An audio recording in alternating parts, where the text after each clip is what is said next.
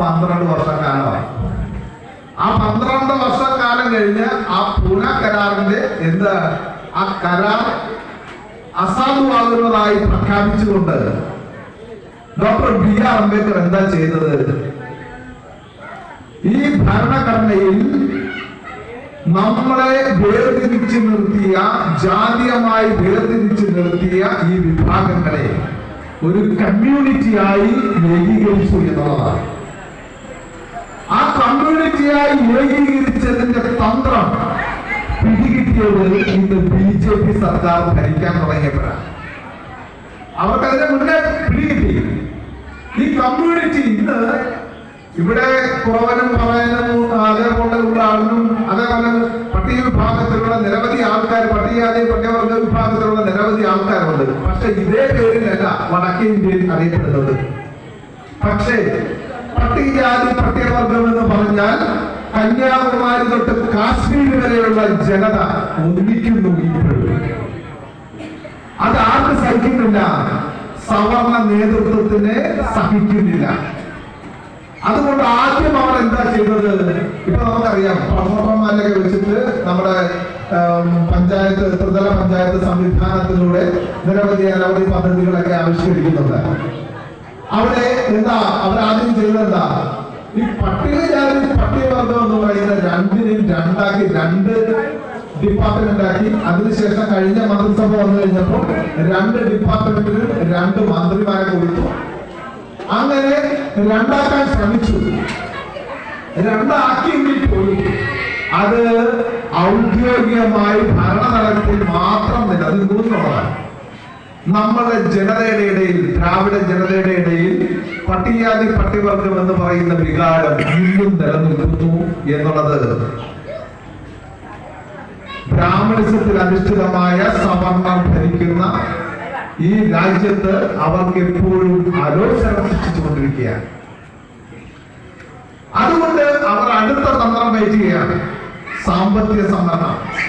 സാമ്പത്തിക സംവരണം കൊണ്ടുവന്നു. കേരളത്തിൽ ആദ്യം സാമ്പത്തിക സംവരണത്തിന് ഒത്താശ നൽകിക്കൊണ്ട് സാമ്പത്തിക സംവരണം നടപ്പിലാക്കി. സാമ്പത്തിക സംവരണത്തിന് മാനദണ്ഡമാക്കുമ്പോൾ എന്ത് വേണം? സാമ്പത്തികമായി പിന്നോക്കാവസ്ഥ അനുഭവിക്കുന്ന മുഴുവൻ ആൾക്കാരെയും അതിലേക്ക് പെടുത്തണ്ടേ?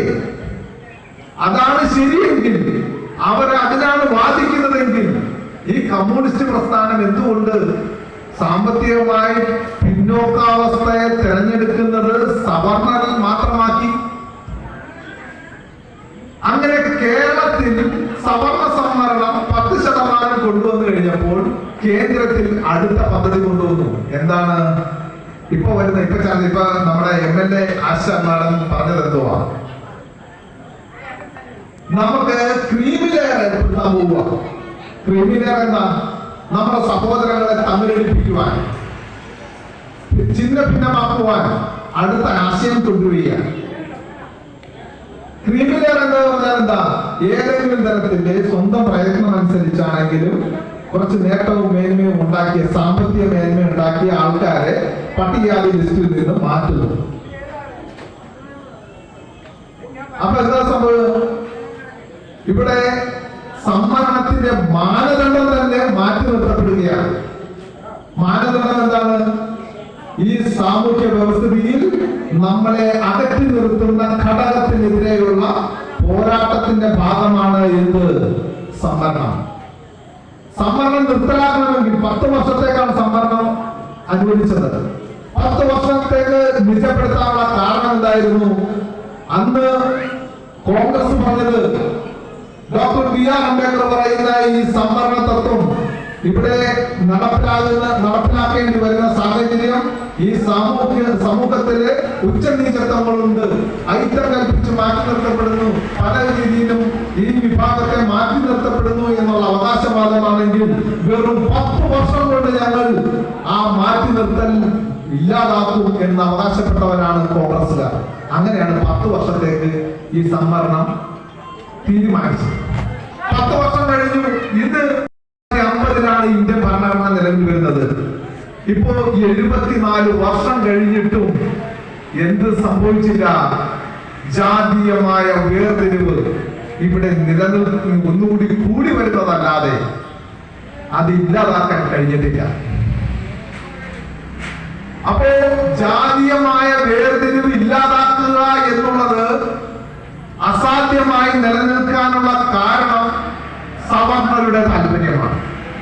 സവർണരായാണ് എന്ന് അവകാശപ്പെടുന്ന ബ്രാഹ്മണരായിട്ടുള്ള ആര്യന്മാരുടെ താല്പര്യമാണ് എന്ന് ഇവിടെ സെപ്പറേഷൻ, വേർതിരിവ് ഉണ്ടാകുക എന്നുള്ളത്.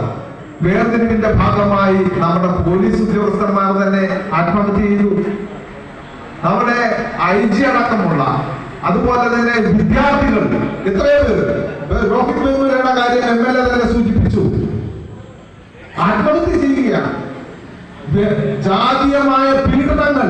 നമ്മുടെ കൂട്ടത്തിൽ ഒരു ഉദ്യോഗാർത്ഥി പരീക്ഷ എഴുതി പാസ്സായി ഒരു ജോലി സ്ഥലത്തേക്ക്, ഒരു ഗവൺമെന്റ് സ്ഥാപനത്തിലേക്ക് ചെന്ന് കഴിയുമ്പോഴറിയാം അവിടുത്തെ പ്രശ്നങ്ങൾ എന്താണെന്ന്.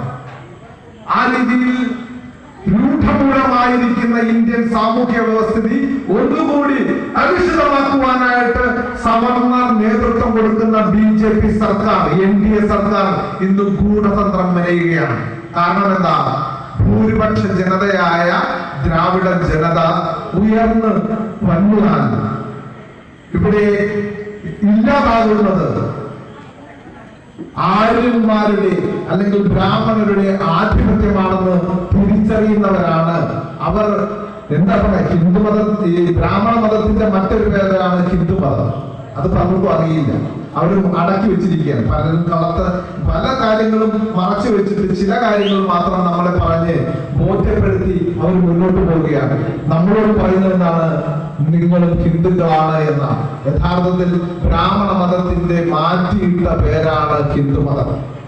ആ ഹിന്ദുമതത്തിന് വേണ്ടിയിട്ട് വാദിക്കുന്ന സവർണ രാഷ്ട്രീയ തന്ത്രമാണ് NDA സർക്കാർ പയറ്റിക്കൊണ്ടിരിക്കുന്നത്. ആ സവർണ രാഷ്ട്രീയ തന്ത്രം NDA സർക്കാർ പയറ്റുമ്പോൾ അസ്തമിച്ചു പോകുന്നത് തദ്ദേശ ജനതയാണ്. ഈ തിരിച്ചറിവ് നമുക്കുണ്ടാകണം. നമ്മുടെ ശത്രു എത്ര മധുരമുള്ള പലഹാരം തന്നാലും, എന്ത് തന്നെ നമുക്ക് പൊന്നിട്ട് മൂടിയാലും ശത്രു തരുന്ന ഒരു സാധനവും പോലും നമ്മൾ വാങ്ങരുത്. നമ്മുടെ മിത്രങ്ങളാണ് ഭരിക്കുന്നതെങ്കിൽ അവർ നമ്മളെ കൊല്ലാൻ ആഹ്വാനം ചെയ്താലും അതിനകത്തൊരു നന്മയുണ്ടാവും. പക്ഷേ ഇവർ നമുക്ക് തരുന്നത് മധുരത്തിൽ പൊതിഞ്ഞ വിഷമാണ്. ഇപ്പൊ പറയുന്നത് ക്രീമി ലെയർ പോലെയുള്ള അല്ലെങ്കിൽ സെപ്പറേറ്റ് റിസർവേഷൻ സംവിധാനം ഏർപ്പെടുത്തിക്കൊണ്ട് പട്ടികജാതി വിഭാഗത്തിൽ പിന്നോക്കം പോയവരെ സംരക്ഷിച്ചു കൊള്ളാം. അതിന് പുതിയ പദ്ധതി കൊണ്ടുവരികയാണ്. അതാരാണ്?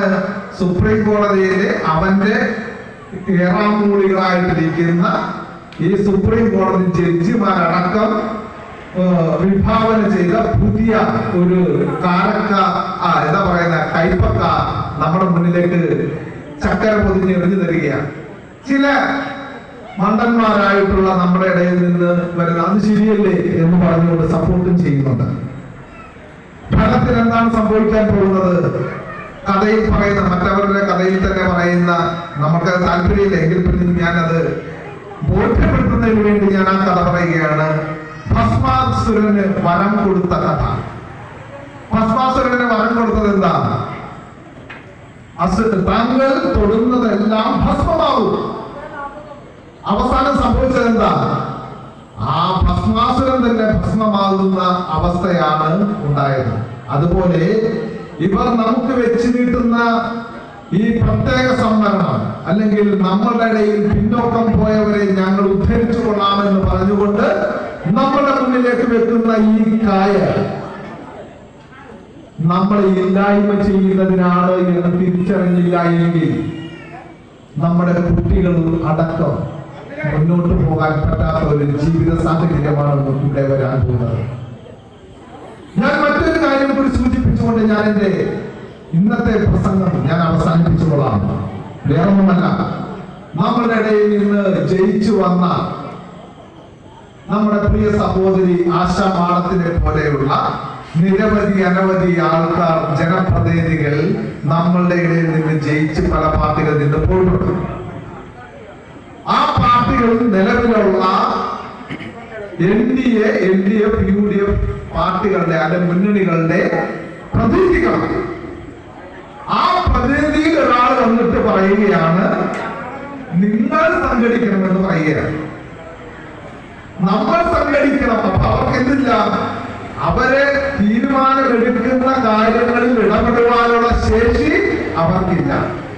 അപ്പൊ നമ്മൾ എന്താ ചെയ്യേണ്ടത്?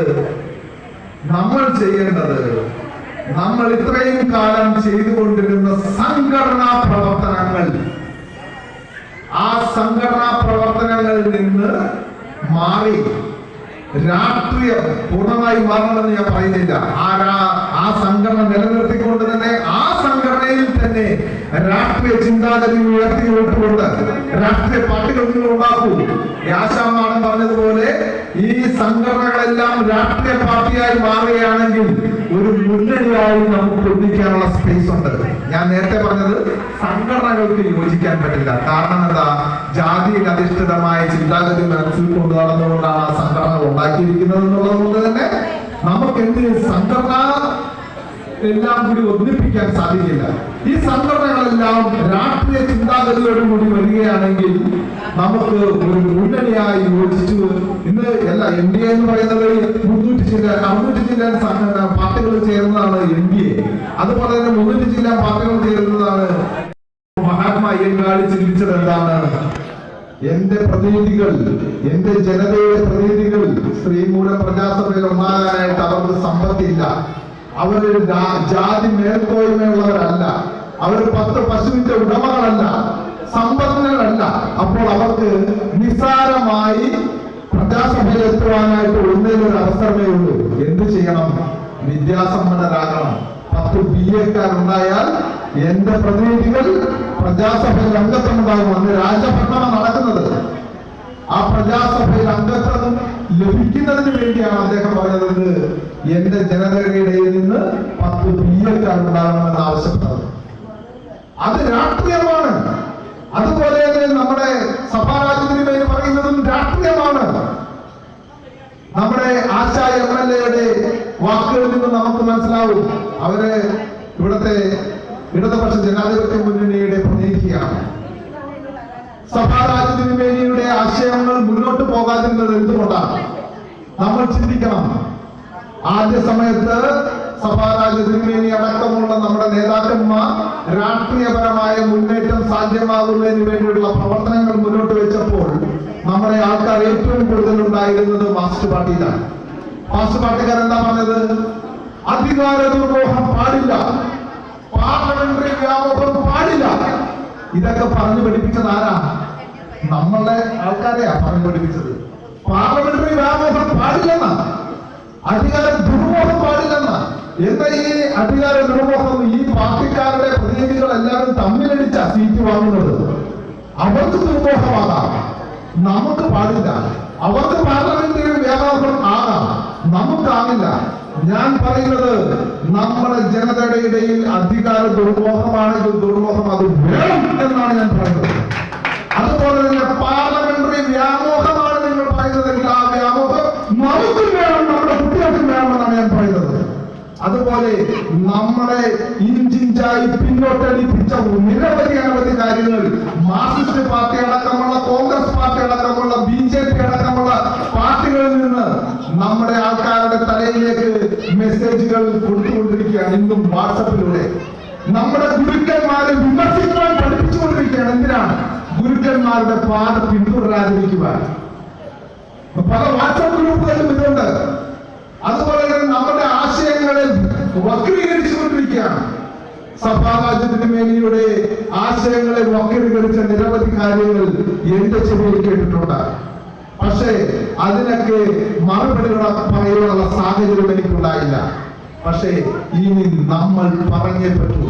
നമ്മളെ തിരിച്ചുവിടുന്നത്, വഴി തിരിച്ചുവിടുന്നത് എന്തിനാണ് എന്ന് തിരിച്ചു ചോദിക്കുവാനുള്ള മാനസികാവസ്ഥയും ശേഷിയും ഉണ്ടാകണമെങ്കിൽ നമ്മൾ രാഷ്ട്രീയ വിദ്യാഭ്യാസമുള്ളവരായി മാറണം. നമ്മുടെ പടി കടന്നു വരുന്നത്, നമ്മളോട് വോട്ട് ചോദിച്ചു വരുന്നത് നമ്മുടെ ശത്രുവാണോ മിത്രമാണോ എന്ന് തിരിച്ചറിയണമെന്നുണ്ടെങ്കിൽ അവരുടെ ഉദ്ദേശശുദ്ധിയെ നമ്മൾ ചോദ്യം ചെയ്യണം. ആ ചോദ്യം ചെയ്യലിൽ ഉരുത്തിരിഞ്ഞു വരുന്നത് നമ്മുടെ രാഷ്ട്രീയമായിരിക്കും. നമ്മൾ ശത്രുവിനെ തിരിച്ചറിയുന്നതോടുകൂടി നമ്മുടെ രാഷ്ട്രീയം മുന്നോട്ട് വരാനും അതിലൂടെ ഈ രാജ്യം ദ്രാവിഡ രാജ്യം ആശംസിച്ചുകൊണ്ട് ഞാൻ ആ വാക്കുകൾ ഉപസംഹരിക്കാൻ എല്ലാവർക്കും അഭിനന്ദനങ്ങൾ, ജന്മദിനാശംസകൾ നേർന്നുകൊണ്ട് നിർത്തുന്നു.